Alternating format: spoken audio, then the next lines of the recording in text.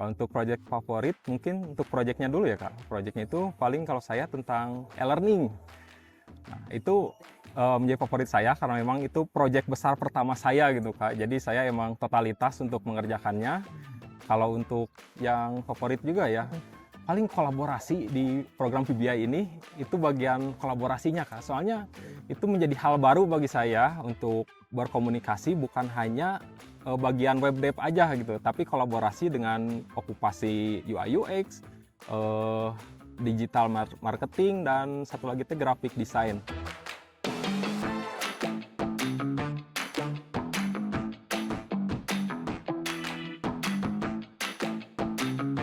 Oke, halo, boleh kenalan dulu nggak nih namanya siapa dan ceritain sedikit gimana backgroundnya? Ya, halo Kak, perkenalkan ya, nama saya Muhammad David Mesa Sanjaya. Saya mahasiswa dari STIMIK Mardira Indonesia dan kebetulan saya itu alumni dari program PBI ya Kak, Ya, batch kelima. kalau boleh tahu nih, apa sih tujuan utama kamu saat daftar program ini?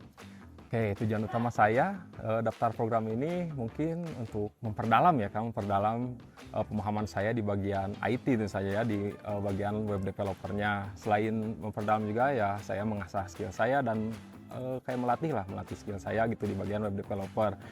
Karena memang untuk persiapan bagi saya juga ya Kak, untuk kedepannya agar siap juga menghadapi dunia kerja gitu Kak. Kenapa kamu akhirnya pilih program ini dibandingkan belajar otodidak atau cukup dengan yang diajarkan di kampus? Kenapa saya pilih program ini dibandingkan belajar otodidak ya Kak, Ya. atau belajar di kampus? Kalau menurut saya sih, kalau belajar otodidak dulu mungkin ya Kak, saya ceritain. Jadi kalau belajar otodidak itu sebenarnya bisa aja dan bagus gitu ya, karena memang ya kita bisa langsung praktek gitu ya, sambil lihat langsung praktek gitu. Cuman kekurangannya itu ketika ada suatu error gitu Kak, atau ada ya karena codingannya error lah gitu ya. Jadi kayak apa ya, jadi susah lah buat dikomunikasikan dengan pembuatnya gitu. Paling kalau kita nanya juga paling satu dua atau berminggu-minggu baru dijawab gitu untuk menyelesaikan masalahnya. Nah kalau di kampus ya Kak. Nah kalau di kampus itu memang banyak juga sih ya, bagus juga, tapi kan di kampus itu lebih menekankan ke teori gitu Kak, bukan ke praktisnya. Jadi sedikit mempersulit ya, kita tahu teorinya cuman nggak praktek ya gimana gitu Kak. Oke, Tapi ya kelebihannya di program PBI ini ya kita bisa bisa dibilang kalau ada suatu error atau masalah itu bisa berkomunikasi lah dengan mentor gitu. Jadi bisa masalahnya itu di-solve dengan cepat gitu ya Kak. oke, aku lanjut ya. Nih, Boleh. selama ikut program nih, ada materi yang menurut kamu paling challenging nggak? Pasti ada sih Kak. Pasti itu mah. Yang menurut aku challenging itu kalau saya Kak, menurut saya itu JavaScript sih Kak. JavaScript. Iya, soalnya nggak tahu sih Kak, kalau misalkan HTML, CSS, sama PHP itu menurut saya bahasanya itu kayak mudah dipahami lah, kayak masih bisa dibaca dengan bahasa manusia lah gitu Kak. Kalau misalkan JavaScript, ya ini pandangan saya aja gitu ya, kalau pandangan saya itu kayak emang sedikit susah lah untuk dibaca gitu, untuk dipahami juga menurut saya seperti itu Kak. JavaScript. JavaScript, ya. Iya, Oke, selanjutnya nih, boleh. boleh ceritain nggak project favorit yang kamu bikin apa tuh? Nah, project favorit ya. Kalau untuk project favorit, mungkin untuk projectnya dulu ya Kak. Projectnya itu paling kalau saya tentang e-learning. Nah, itu menjadi favorit saya karena memang itu project besar pertama saya gitu Kak. Jadi saya emang totalitas untuk mengerjakannya. Kalau untuk yang favorit juga ya, paling kolaborasi di program PBI ini, itu bagian kolaborasinya Kak. Soalnya itu menjadi hal baru bagi saya untuk berkomunikasi bukan hanya bagian web dev aja gitu, tapi kolaborasi dengan okupasi UI UX, digital marketing, dan satu lagi itu graphic design. Nah itu juga menjadi kesan yang bagus juga buat saya gitu, karena memang hal baru juga, kita tidak hanya web dev aja gitu yang kolaborasi, tapi kolaborasi dengan okupasi lain gitu.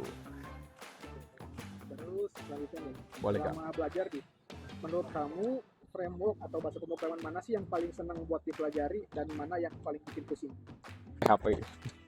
PHP dan kalau framework sih Laravel ya Kak.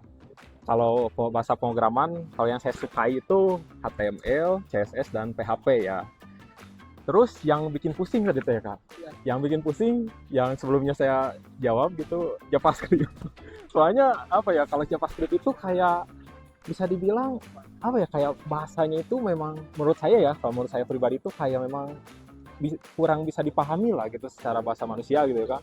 Kalau misalkan HTML, CSS itu masih menurut saya masih bisa dipahami lah gitu, masih bisa diartikan dalam bahasa manusia gitu kan. Menurut saya seperti itu. Selanjutnya nih, Ya, apa sih hal yang paling impactful dari program ini buat perjalanan karir kamu? paling impactful itu paling berdampak ya, Kak? Iya, paling berdampak. Oke. Yang paling berdampak bagi saya kolaborasi lagi, Kak. Saya jujur itu pertama kali bagi saya gitu untuk kolaborasi besar-besaran gitu, Kak. Soalnya biasanya kalau bagian web developer ya bagian web dev aja gitu seputaran itu gitu. Jadi tuh cukup berdampak besar sekali. Jadi kita itu jadi tahu gitu ya, Kak, untuk kedepannya itu mungkin di perusahaan itu bakal bukan hanya web dev aja gitu yang berkolaborasi, tapi kan sama okupasi-okupasi lainnya gitu. Jadi itu berdampak sekali sih buat saya dan berkesan sekali ya, soalnya ketemu dengan teman baru gitu, relasi baru gitu, dan ya bisa mempersiapkan diri lah untuk menghadapi dunia kerja yang akan mendatang gitu, Kak. Terus selanjutnya nih, boleh ceritain nggak gimana mentor yang ngajarin kamu? Luar biasa sekali, Kak. Saya ya karena memang tahu ya, menurut saya emang luar biasa sekali, keren juga sih, Kak. Soalnya yang berkesan bagi saya ya mentornya itu Kang Krisna ya, Kak, untuk SVP dari web development.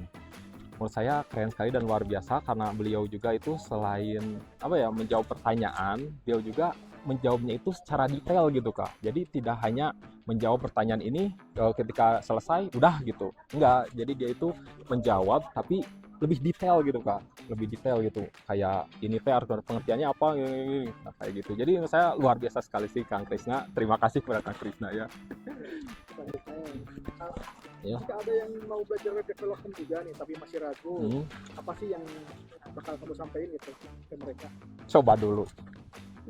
Jujur, menurut saya ke web developer itu ke bagian pengembangan ya, Kak, terutamanya itu memang ada tantangan ya, Kak, emang sedikit menantang gitu. Cuman ya itulah serunya, serunya itu karena ada tantangan gitu. Kalau nggak ada tantangan mah ya flat aja gitu, kayak ya gimana gitu. Menurut saya itu coba aja. Karena memang saya tahu di awal itu emang menantang gitu. Cuman pas kesini kesininya itu pasti saya yakin itu seru banget gitu. Soalnya ya inilah contoh nyatanya saya gitu. Emang pertama-tama emang bingung lah gitu. Cuman pas lebih mendalami kita itu jadi makin tahu gitu. Wah, dalamnya itu tidak seperti apa yang kita pikirkan gitu. Jadi kayak wah seru banget gitu, Kak. Apa sih mimpi terbesar kamu di dunia IT ini? Oke, di dunia IT ya, Kak.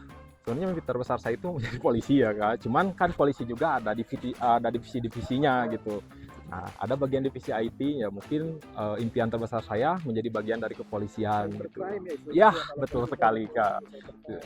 Cuman kalau misalkan ya tidak juga kan ada yang lain gitu di dunia IT itu ya saya ingin sebenarnya yang saya harapkan itu mempunyai apa ya kayak software sendiri gitu, Kak, tempat buat pengembangan sendiri gitu. Dan saya juga keinginan mah kayak apa yang sudah saya dapatkan, pengetahuan yang saya dapatkan itu bisa diajarkan lagi ke teman-teman yang mungkin sedang merintis juga gitu. Ayo gabung program Belajar Bekerja agar kamu lebih siap secara profesional. Cek website belajarbekerja.com untuk info selengkapnya. Sampai jumpa di video selanjutnya ya.